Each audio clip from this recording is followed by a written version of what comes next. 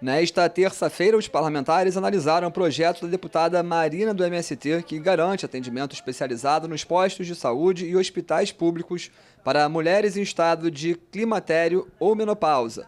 O texto prevê a distribuição de medicamentos hormonais e não hormonais, a realização de exames diagnósticos, capacitação dos médicos e acompanhamento psicológico para as pacientes.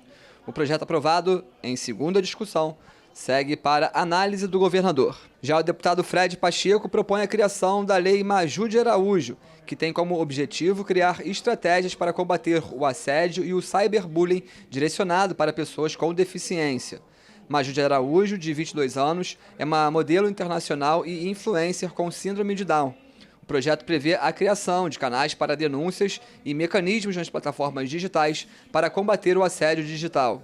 O texto determina ainda que as plataformas devem garantir intérpretes de Libras para pessoas com deficiência auditiva, além de vincular informações educativas sobre respeito à diversidade, inclusão e normas de conduta online.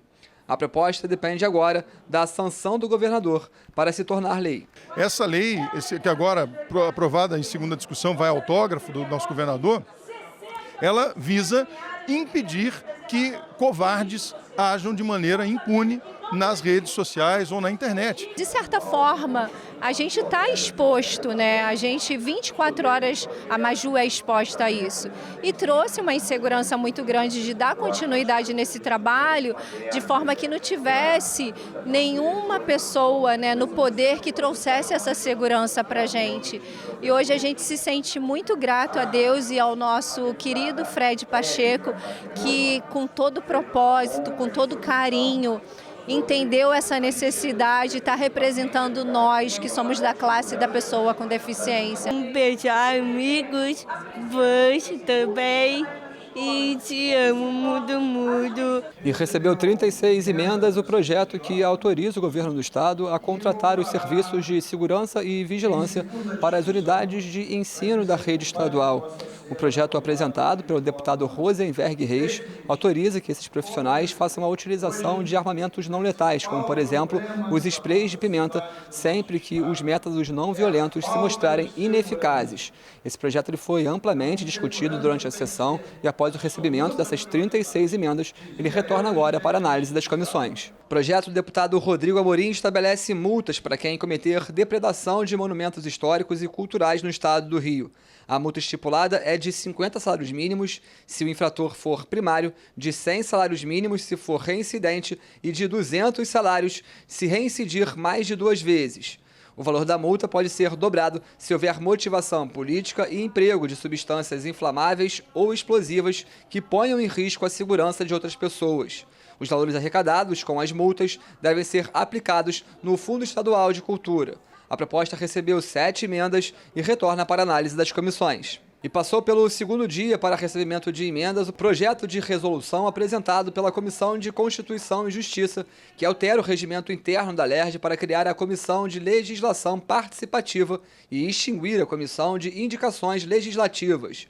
Essa comissão é responsável pela análise das indicações feitas ao governo do estado, solicitando o envio de projetos de lei sobre temas que competem ao executivo. Com a extinção, as indicações passam a ser analisadas pela Comissão de Constituição e Justiça. O texto retorna à pauta para mais um dia de recebimento de emendas. Projeto do deputado Carlos Mink garante às mulheres em situação de vulnerabilidade social o direito a exercer a maternidade com autonomia, não devendo ser submetidas à violência institucional motivada por seu estado de saúde, uso de drogas, condição étnico-racial ou econômica. O texto veta as decisões arbitrárias de afastamento de mães e crianças, sem o devido acompanhamento por equipes das unidades básicas de saúde, consultórios de rua e centros de atenção psicossocial. A exceção é para casos em que a criança for submetida a maus tratos e negligência comprovada. O processo de adoção deve correr apenas quando estiverem esgotados os recursos para manter a criança com a família natural ou extensiva. A proposta retorna à pauta para a segunda discussão.